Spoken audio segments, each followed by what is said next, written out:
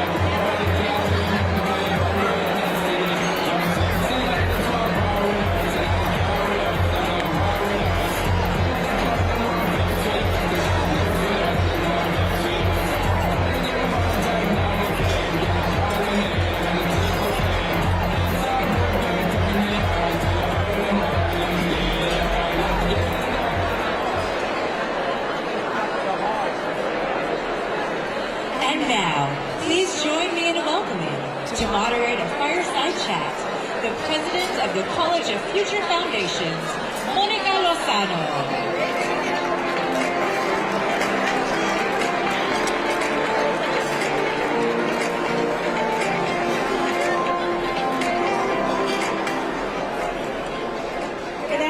Buenas tardes, everyone. It is such an exciting opportunity to be with you for this very special luncheon program at UnidosUS's Annual Conference. It is my pleasure to bring forward our two panelists, two women who have been stalwarts in our community in terms of telling our stories and ensuring that the Latino narrative is accurate and representative. So let me bring out our first guest, a political commentator and a co-host of ABC's The View, Ana Navarro.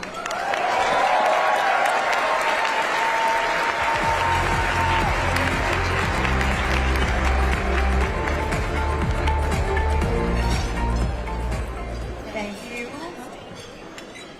Good to see you. So joining Ana is somebody else who has been a award-winning journalist for many, many years. As I said, telling our stories, a documentarian, a best-selling book author, Soledad O'Brien.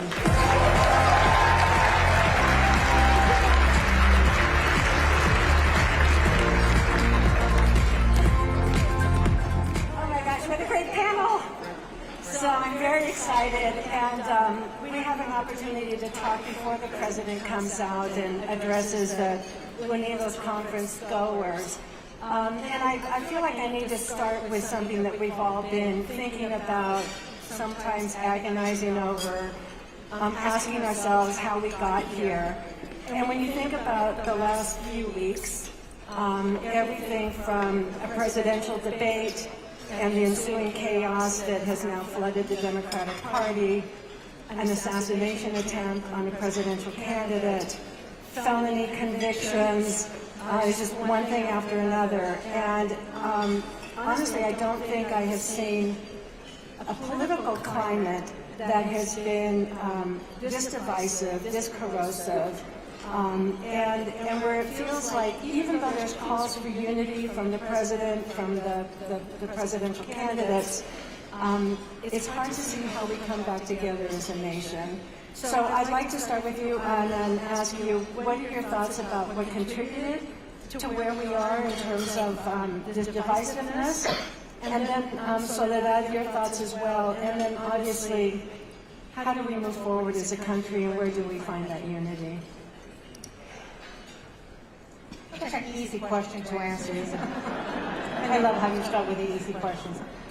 You know, as a result of what we've seen, first of all, it used to be that we used to talk about October surprises, and now these surprises are coming like in June. It's like the hurricanes out there that they're getting bad earlier in the year. That's kind of how these surprises are coming. So when people tell you that an election is all sewed up, don't believe them. Because if anything, the last 3 weeks have shown us that things can happen that can change dramatically what the outcome can be, what the present can be. Okay, let's talk about the divisiveness. Let's talk about what happened. I've heard a lot of folks say there's no room for this in America. I've heard President Biden say it. I heard other folks on TV say it. And I don't know where they have been in America for the last 10 years. Because this is not something that has happened in a vacuum, right? I will give you just examples from the last 7 years. The Steve Scalise shooting at the congressional baseball game. Paul Pelosi having his skull bashed in with a hammer. January 6th, Mike Pence and the gallows. So I think that when we say there's no space for this in America, we really are taking like some sort of happy pill. And so because this is happening in America, what do we do about it?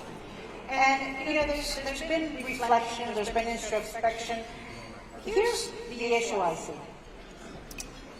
It only works if we all do it. It only works if we all commit to and follow through, heeding President Biden's words and being less inflammatory with our rhetoric. If only one side does it, then you can't ask the other side to do it. If one side is laughing at Paul Pelosi's skull being bashed in, you can't ask the other side to just sit by. And what I would say as we move forward is that we can be consciously and deliberately more introspective and more careful with our words, but that doesn't mean we give up our First Amendment right. That doesn't mean we don't call out lies when we see it. That doesn't mean we don't call out racism when we see it. That doesn't mean we don't call out bigotry when we see it. I think that as Americans, we don't let some whack job 20-year-old with very easy access to an AR-style gun, which we should remedy, take away our First Amendment rights.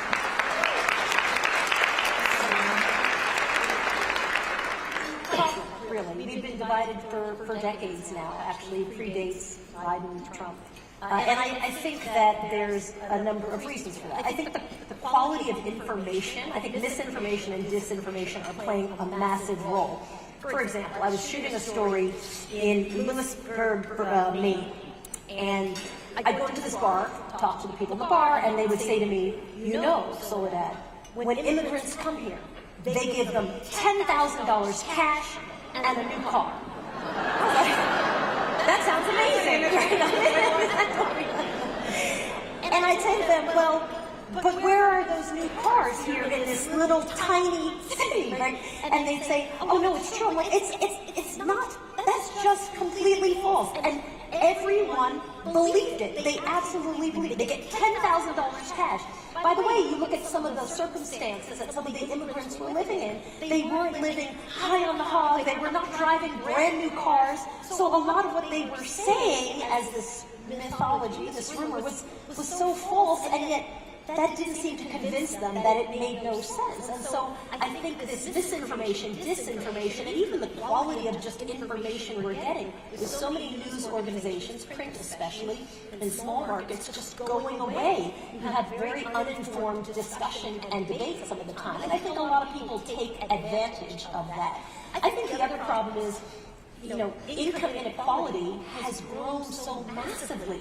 And because of that, we exist in silos, right? You can go through your entire month, year, lots of people around you speaking the same way, thinking the same way, talking the same way, kids in the same schools. You're not sort of forced to see how other people are and live. And I think that's hugely problematic. And I don't know that there is a solution to all of it, but truly figuring out how we get better information, how we really stomp out misinformation, I think would be a very good start. I think it is a massive mistake to not call people out in a debate. To not say that is factually untrue. I think that is not okay. And then the last thing I would say is, there's so much lack of civility in our political discourse today. It used to be that was a rarity, right? That there was an outlier who always said something over the top and inappropriate. Well, now, doing that actually gets you to lead the news. And you'll get a lot of airtime. And so there's a reward to being over the top, unpleasant, uncivil. And we sort of have created a reward system for that. And I think stopping that would be a big help as well. Well, you brought up two things I want us to talk about. Immediately following the assassination attempt, it was said that some spectators turned around, moved deliberately towards the press corps, and said, "It is your fault." And so this notion that media is actually contributing to this lack of civil discourse, not the misinformation, which I do want to talk about later, but given that both of you in particular, Anna, with a long career both in politics and now in media, how does media be more responsible in terms of appropriately informing, telling the truth, pushing back on some of these notions when you hear lies that are factually incorrect? But what is the appropriate role for media in terms of tempering down the discourse and the divisiveness? Well, I think it's irresponsible to turn around and blame the media when we don't even know what the motive of the shooter was, right? So we are talking about something that we don't know what inspired him, what motivated him, what moved him to do that.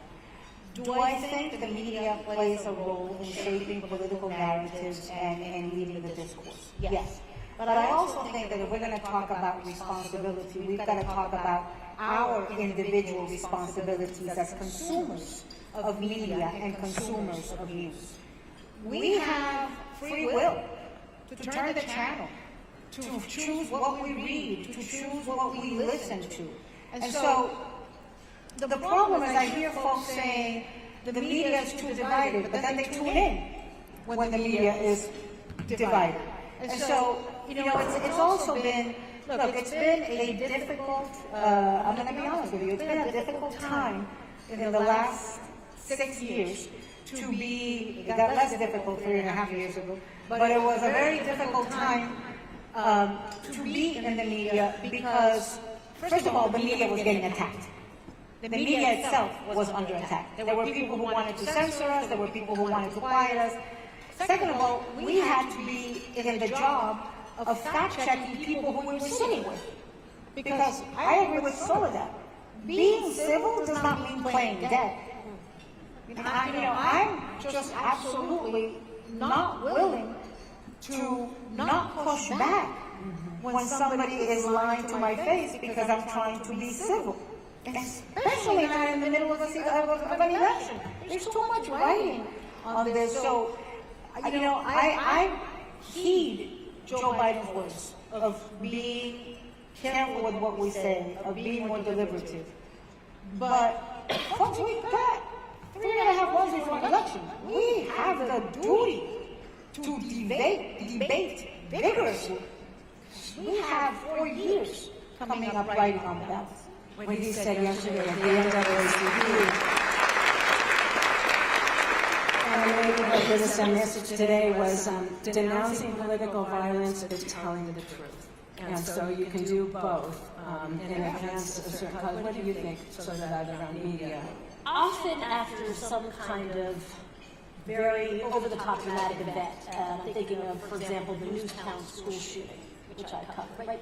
After a couple of days, people get angry at the media, and it's not rational, but they just do. And so this is not the first time that people who are upset and overwhelmed and emotional turn around and sort of blame whoever they feel could be responsible. So that doesn't really surprise me. Where I do think the media is responsible is that we, the media, we tend to elevate and give credence to people who I think 20 years ago we would not have put on television, and we certainly wouldn't have invited them in. And numerous networks have had to disinvite people from joining their political teams when there was a bit of an outcry, right? It's not unusual. And I think because the media is trying to figure out how do we get more viewers? How do we get more eyeballs? How are we somehow part of this, conversation that's unfolding and interesting? And often that means platforming conversations that I think they do the wrong way.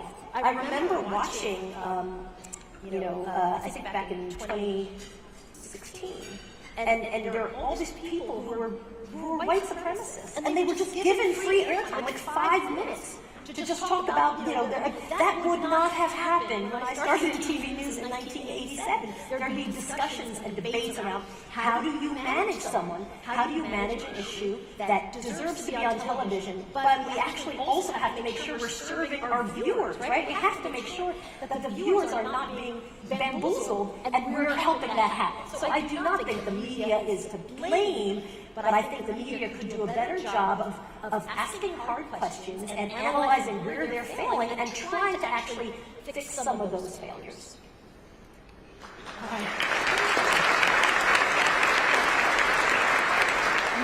I'm going to pivot the topic now, given that it's nuestro momento and we are about to hear from a presidential candidate, and I know so that you've been working on a documentary, I believe, on the Latino vote. If both of you can tell us what do you observe, how are candidates and parties talking to Latinos? Here we are, 2024, and I can't tell you how disconcerting it is to still hear, well, they're not targeting us, they're not sending the right message with the right messenger, and they come in at the very end, and so have we advanced? Do we believe that this is a unique opportunity to really mobilize the Latino vote? And ensure that those 36 million people who are eligible to vote actually turn out and vote. What are you hearing, thinking, seeing about Latino electorate and political So to your question of have we advanced, I think yes, absolutely we have. Right now, as we sit here, we have 3 Latino cabinet officers. We have a Supreme Court justice who's a Latina, a white Latina. Yes. Have we advanced enough? No. Do we need to advance more? Yes. And I like this tagline, nuestro momento, our moment. But it's only our moment if we grab it and we shake the cherries off the tree and we make it our moment. If not, it's our moment that passes by. And being our moment means that we have to shake off whatever malaise, and we have to understand that what we have is the ballot box. And that is the way that we grab the moment, we grab the spotlight, coming here, demanding that the people who are running come and be heard and earn our votes, not take it for granted. That's part of grabbing the moment. I'm really proud of you all for being here, of Unidos. Every time I come to a Unidos event, I leave inspired because you all are inspirational and you all are grabbing the moment. That is exactly right. It almost gives you like a tagline, this is the moment if you vote. Because, being an eligible voter is great, but not everything. Right? I mean, the actual, you have to look at who's actually voting, and the issue is that gap. right, between the people who could go vote and for some reason are not actually voting. And so I think, that is going to be the real challenge of how you close that gap. Could it be better? Absolutely. There was a time on news sets where the only time you have Latinos on the set be like, and now we're going to talk about immigration. Let's bring out Jose and Ana Maria and Joaquin, and you'd ask them questions for 4 minutes and you'd say, thank you so much, and they'd go off the set. That has changed, right? The conversations about what Latinos care about, the economy, issues that are not just Latino issues, but issues that are American issues. They're now being inserted into those conversations day to day. That's an improvement. As Ana says, it's not enough. Well, let me just pick up on that. So Unidos does its national poll, and it identifies exactly what you just said. That the number one issues, actually 1 through 5, are economic issues. It's around inflation and jobs and affordable housing and the ability to succeed economically. And yet the dominant narrative is around immigration still. And so how do we begin to shift that, yes, we care about immigration reform, we want to see sensible policies, but it's not the only driving issue that will motivate our community. And that I do think, and I'm curious what you think about being able to convert what is the dominant narrative, that what we care about is immigration, as the number one issue. And maybe you can talk about this also, how it plays into the way others perceive us. And some of us were talking, how is it that in Iowa, the number one issue in their caucus was illegal immigration in a state like Iowa? So it's now obviously beginning to permeate the discourse in a way that leads to the kind of misinformation and the storytelling that you were talking about. The media could fix that, right? I mean, I think if you were to stop people on the street, let's say in Iowa, and say, how many Latinos in your community are undocumented? They would come up with a number that is so much higher than the actual number, right? Because the narrative is that, well, Latinos are taking over, they're coming for your jobs, they don't have documentation. It's just factually inaccurate. And I think it's the people in this room who can demand, actually, we need to have Latinos on these panels about the economy, about housing. And you can complain, and you can get on social media, and you can say, you know what, that was a great segment, a big miss was X. We need to be in those conversations. I think that's really, really important. And I think demanding that is a very good step, especially for the people who are in this audience. Well, I used to be one of those Latinos that Soledad made reference to that would be brought in to talk about immigration. Now I talk about all sorts of things, like Kim Kardashian and incredibly enlightening things.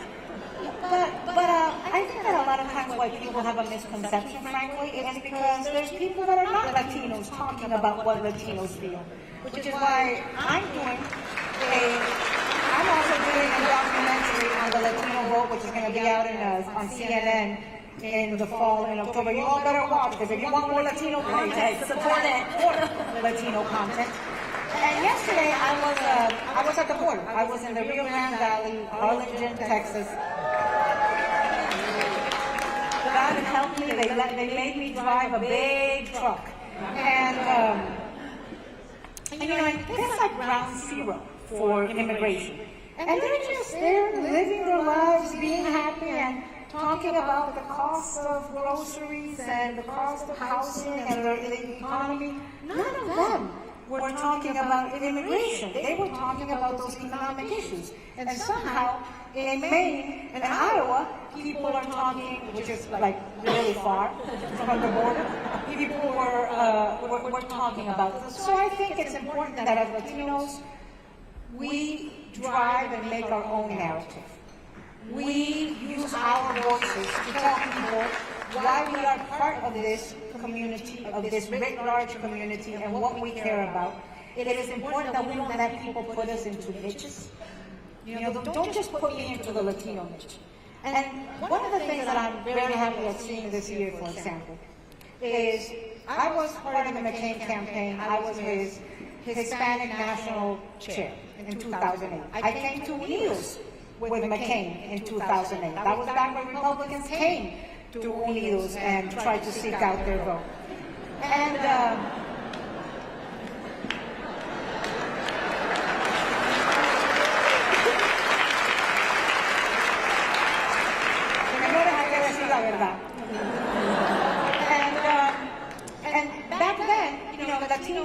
were on campaigns, just as Hispanic chairs, coalition alliances, things like that.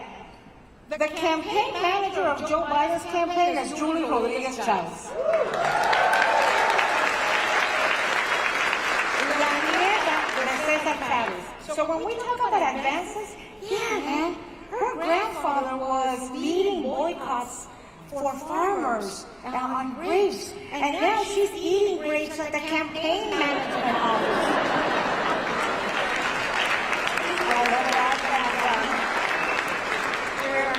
We're at time, and we want to make sure that we don't delay, but some of that we talked about, and I really appreciate what you just said, Anna, because I like to end on a positive note, asking about what makes you hopeful. A positive note? What is that? It's what you just mentioned, right? It's nuestro momento if we seize it. And all of you are here doing precisely that and dedicating yourselves every day to the work of the affiliates and being on the ground. But so that your last words about what can we be hopeful for and how do we motivate to get engaged, stay engaged, and demand change? My biggest sign of hope is just how young and engaged people are. Anybody who attended the National Association of Hispanic Journalists convention just the other day was coming back saying, they're so young and they have so much energy to fight some of the same fights that we had in terms of coverage, in terms of accuracy, in terms of how you talk about a community. Like, they're ready to go. I'm like, I'm ready to retire. I can be done.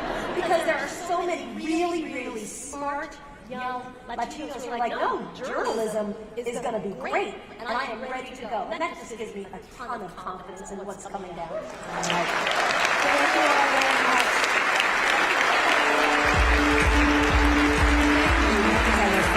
Soledad O'Brien and Ana Navarro Cárdenas for that inspiring discussion. And now, please give a warm UnidosUS welcome.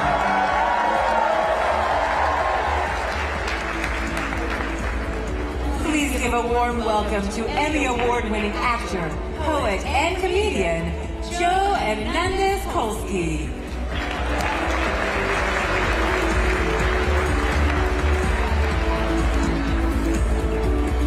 What an honor it is to follow that panel. Can we give them another big round of applause, please?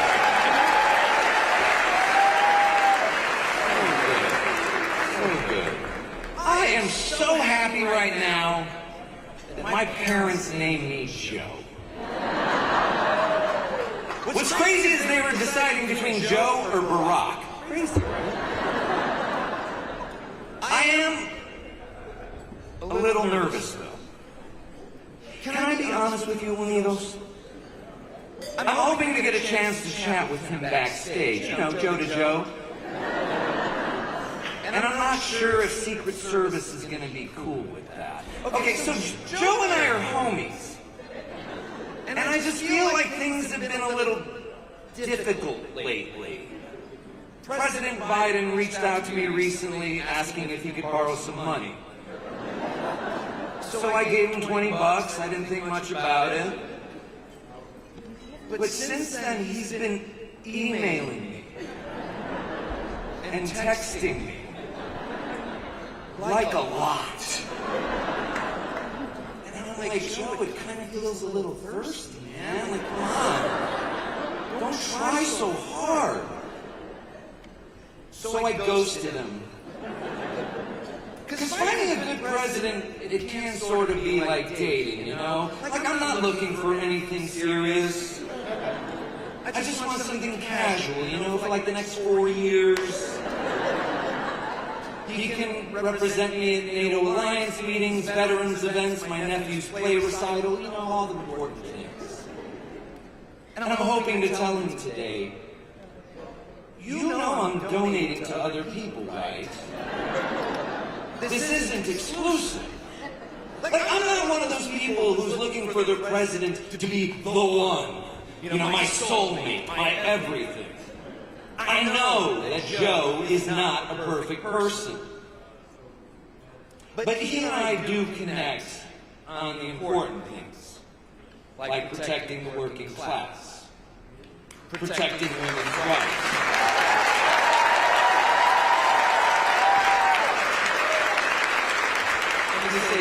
protecting the working class, protecting women's rights, choosing democracy over fascism. You know, the important building blocks.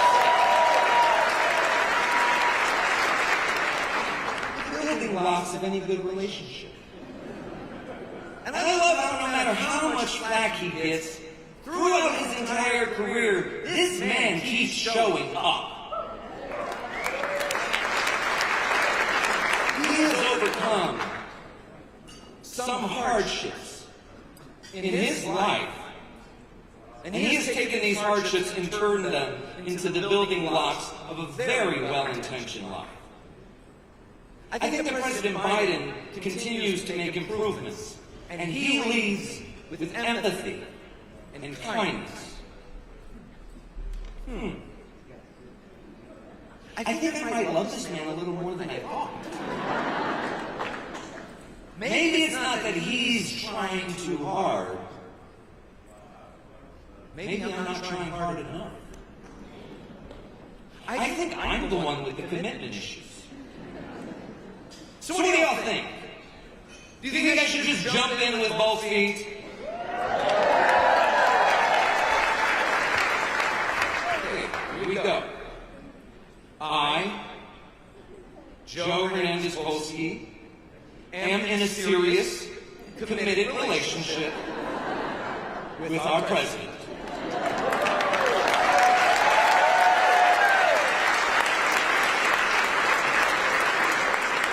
And democracy.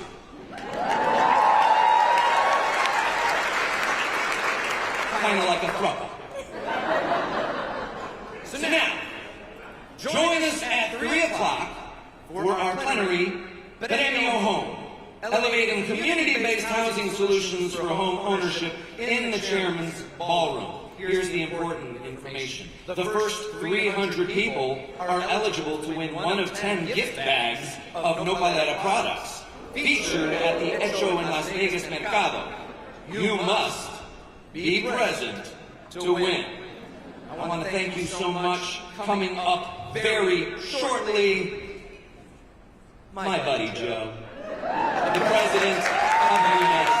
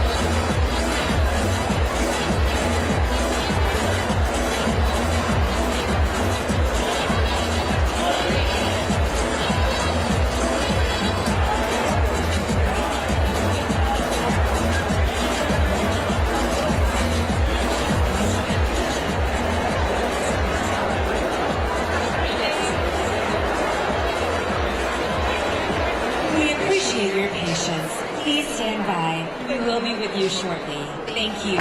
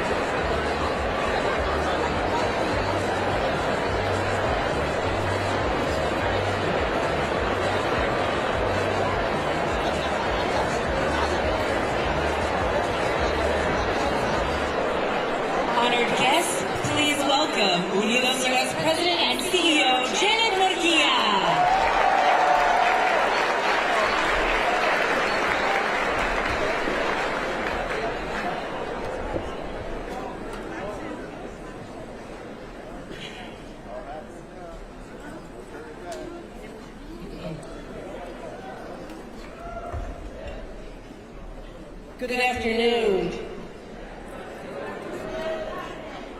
Thank you all so much for your patience and understanding. Regrettably,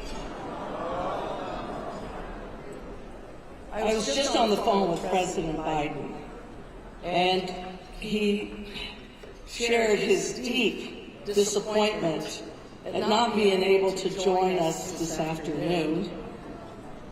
The President has been at many events, as we all know, and he just tested positive for COVID. So, of course, we understand that he needs to take the precautions that have been recommended, and he did not obviously want to put anybody at risk.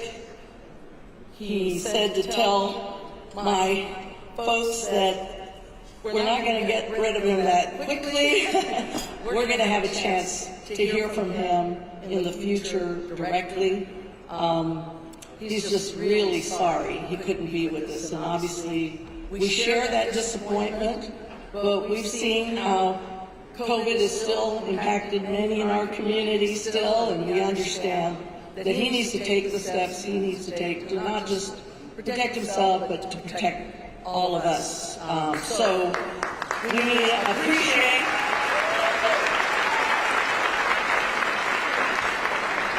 appreciate very much his wanting to have been here. I had a great introduction for him, reminding us of all the actions that he's taken on behalf of our community and the way that they have helped advance our interests and status. And well, we're just disappointed we won't hear from him directly today, but what we as a Latino community know how to move on, and we're going to recapture our program. And we've got an incredible plenary planned around housing and home ownership. I hope you'll take advantage of being able to go to that plenary. And then, of course, we've got a wonderful gala this evening planned with some incredible honorees that we'll be presenting awards to. And so, again, it's been a wonderful conference. Really appreciate everyone's patience and understanding.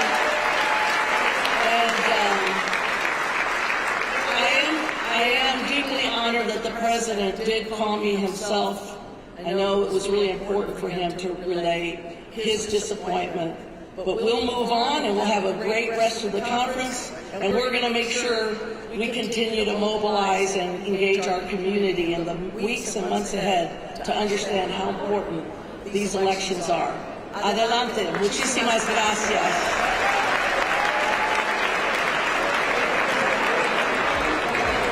Concludes our Nuestro Momento luncheon.